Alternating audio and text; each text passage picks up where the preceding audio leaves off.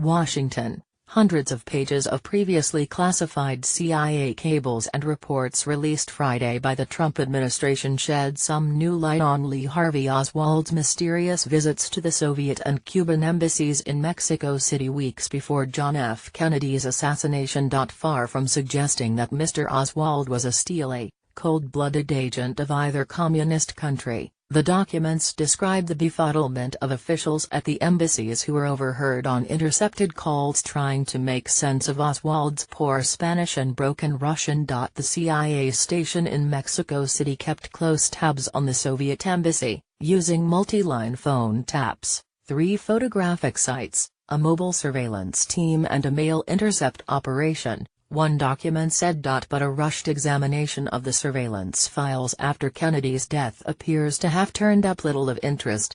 Instead, officials found themselves chasing phantoms: a Nicaraguan who had seen Oswald being paid for the assassination, on a day when Oswald was not in Mexico, and an intercepted call between 2 Cubans in Mexico City and Miami.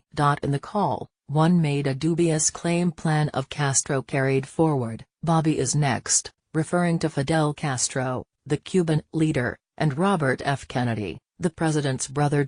Taken in total, they paint a picture of an American intelligence establishment fixated on the theory that the assassination was part of a larger Cuban or Soviet plot to destabilize and weaken the United States. Continue reading the main story-related coverage at JFK Assassination Glossary. Key figures and theories. October 26, 2017. The JFK Files: Decades of Doubts and Conspiracy Theories. October 25, 2017. J.F.K.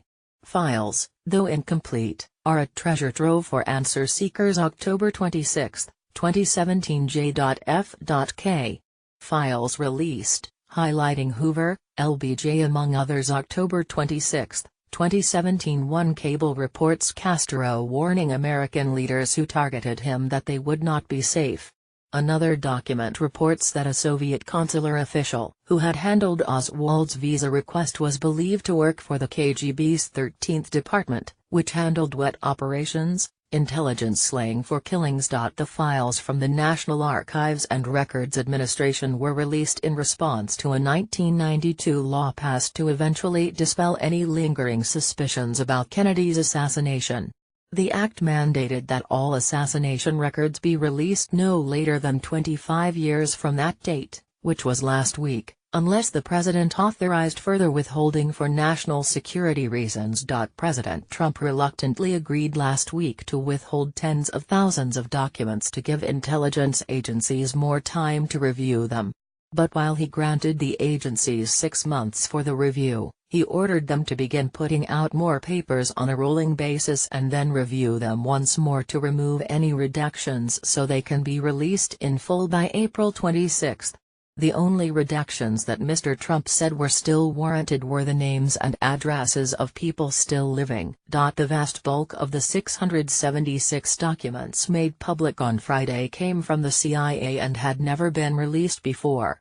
Their release came after 2,891 documents were released last week.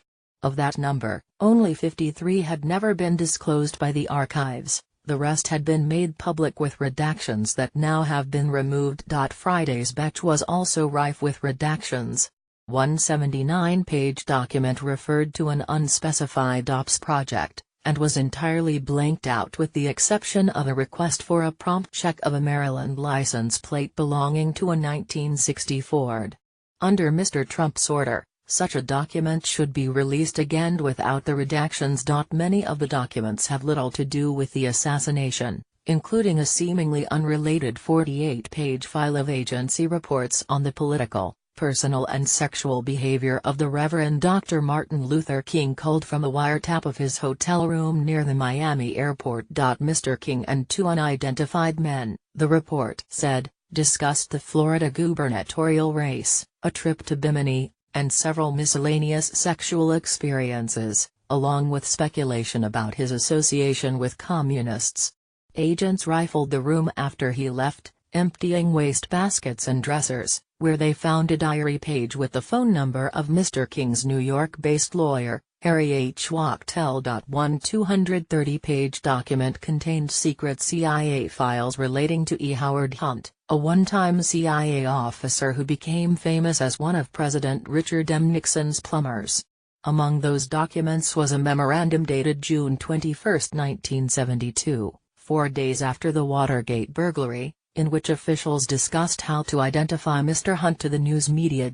But some provided new insights into the years-long attempt to uncover a motive behind the killing of an American icon by a scruffy, seemingly confused drifter. A 258-page document detailed information received by a defector from the Soviet Union, Yuri Ivanovich Nosenko, describing the KGB's encounters with Oswald when he attempted to defect to Russia in 1959. Mr. Nosenko, one of the officials tasked with reviewing Oswald's application for Soviet citizenship, told the CIA that the KGB had decided to wash its hands of him. The document states when Oswald in 1959 announced his desire to defect to the Soviet Union, and particularly after he attempted suicide by slashing his wrists, the KGB felt there was something wrong with him and decided to leave him, unknown, alone.